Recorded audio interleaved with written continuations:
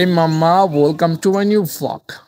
আশা করি সবাই খুব ভালো আছো। যারা আমার নিয়মিত ভিডিও দেখো তারা দেখছো আমার ড্রোনটা ক্রাশ করছে অনেক উঁচু থেকে, মোটামুটি এইখান থেকে ওই যে এইখান থেকে করছে, ওই যে গাছের উপর থেকে নিচে, একদম নিচে ক্রাশ করছে, ঠিক আছে।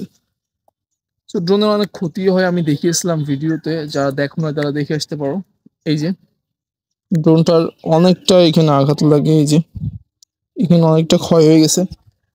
তো ড্রোনটা আঘাত লাগার পর আমি খুবই শকড হয়ে গেছিলাম যে আমার ড্রোনটা ওই উঁচু থেকে পড়ছে একটা ইটের উপরে। তো ড্রোনটার এই অবস্থা, ড্রোনটা আর উড়বে না, হয়তো ওয়ান হয়েছিল কিন্তু আমি উড়িয়ে দেখি নাই। হয়তো উড়ালেও ড্রোনটা উপরের দিকে উঠছিল, আমি দেখাই। আমি যখন ড্রোনটা উড়াচ্ছিলাম, যখন উঠাচ্ছিলাম, টেক অফ করাচ্ছিলাম, তখন ড্রোনটা ঠিক মানে উল্টায় পড়ছিল। উঠছিল না সোজা হয়ে, কোথাও যাচ্ছিল না, জাস্ট উল্টিয়ে পড়ছিল, ঠিক আছে। তো এটা দেখে আমি এতটা পরিমাণ খারাপ লাগে যে আগে আমি একটা ড্রোন হারিয়েছি, Z908 Max, যে ড্রোনটা ঠিক আমার হারিয়ে গেছিল ধান খেতে। আর এই ড্রোনটাও আমার এই অবস্থা হলো, উপরে উঠে ঠিক উপর থেকে একটা ইটের উপর পড়ে জাস্ট এখানে এমন একটা আঘাত লাগলো, ক্ষয় হয়ে গেল। আর তারপর ড্রোনটা আর উঠতেছে না, জাস্ট পাল্টি খাচ্ছে, মাঠে থেকে পাল্টি খাচ্ছে, আপনারা দেখলে বুঝতে পারবেন। সো তারপর আমি আজকে চলে আসলাম টেস্ট করার জন্য যে আসলে ড্রোনটার কি অবস্থা। আল্লাহ কি আমার কপালটা এতটাই খারাপ করেছে যে আমি একটা ড্রোন হারাইলাম ধান ক্ষেতে, আর একটা ড্রোন হারাইলাম উপর থেকে নিচে পড়ে ইটের উপরে। এতটা খারাপ করেছে আমার সাথে। তো আমি আজকে আসলাম টেক অফ করানোর জন্য। তো আজকে কি হয়েছে দেখতে থাকবেন।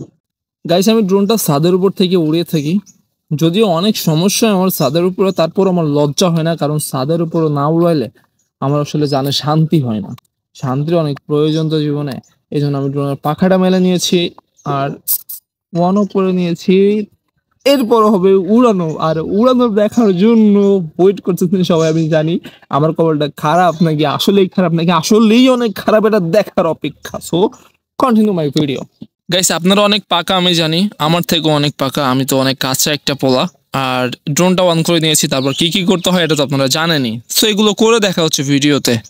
তো আমি যা যা করতে হয় এগুলো করে নিয়েছি। সো এরপর আমি টেক অফ দিব। সো আমি ভয়ে আছি ভাই, যে টেক অফ দেওয়ার পর যদি উল্টে একটা আছাড় দেয় এইদিকে, তাহলে তো ড্রোনের বডিটা ভাঙে চুরে যাইবো গা। কারণ এটা হচ্ছে সিমেন্ট আর বালিতে ভরপুর একটা জিনিস, অনেক হার্ড।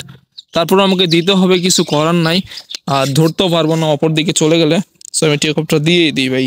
ইন্না লিল্লাহি ওয়া ইন্না ইলাইহি রাজিউন। আল্লাহ রক্ষা করো তুমি, আল্লাহ আল্লাহ রক্ষা করো।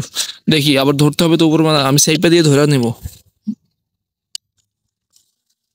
ও মাই গড, ও মাই গড, ভাই ভাই উঠতেছে, ভাই উঠতেছে, ভাই উঠতেছে, উঠতেছে, সার্চ কম গাইস, উঠতেছে, সার্চ কম,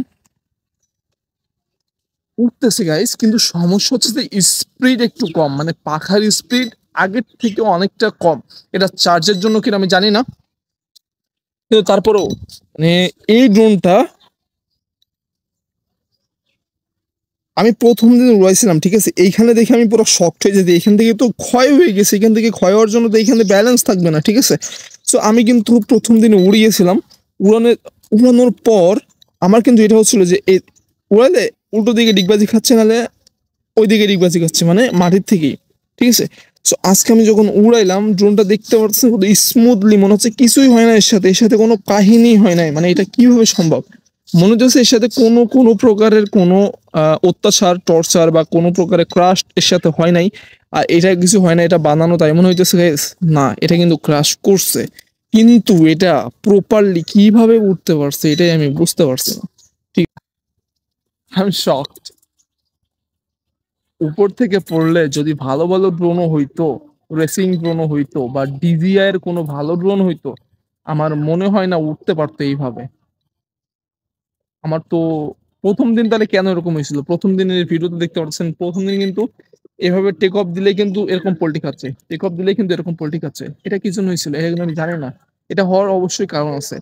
আর আজকে কেন এরকম হলো, এটা তো জাদু হয়ে গেল আমার সাথে। সো থ্যাংক গড, সব কিছু আল্লাহর জন্যই। আল্লাহ ছাড়া এটা পসিবল ছিল না। আল্লাহর উপর হাজার হাজার শুকরিয়া, আমার ড্রোনটা আবার বাঁচিয়ে গেছে, ড্রোনটা ফিরে পেয়েছি। So drone take off, drone flying carefully. Drone পাখি একটা খুব সেন্সিটিভ জিনিস, সেটা শখের জিনিস, সেটা কেয়ারফুলি আপনি ফ্লাই করেন, আপনার ড্রোনটা ভালো থাকবে, সুস্থ থাকবে।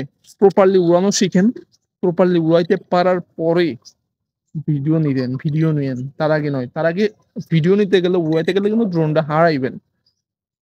আমারও হয়তোবা ফল্ট ছিল এখানে কিছু। তো থ্যাংক গড। আর এটা সত্যি একটা শক্তপোক্ত ইভেন ব্যালেন্সড একটা ড্রোন। এটা সবাই নিতে পারেন শিখার জন্য। সো আচ্ছা বাহ! আয় মারা গেছে এখানে। তো যাই হোক গাইস, যারা এই পর্যন্ত ভিডিওটা দেখেছেন তো অসংখ্য ধন্যবাদ হৃদয়ের অন্তরস্থল থেকে। আর আমার ভিডিও পেতে হলে, দৈনিক পেতে হলে অবশ্যই সাবস্ক্রাইব করে বেল বাটনে চাপ দিয়ে অল করে রাখতে হবে। লাইক, কমেন্ট, শেয়ার, সাবস্ক্রাইব করতে হবে। Thanks for watching. Next video till then by.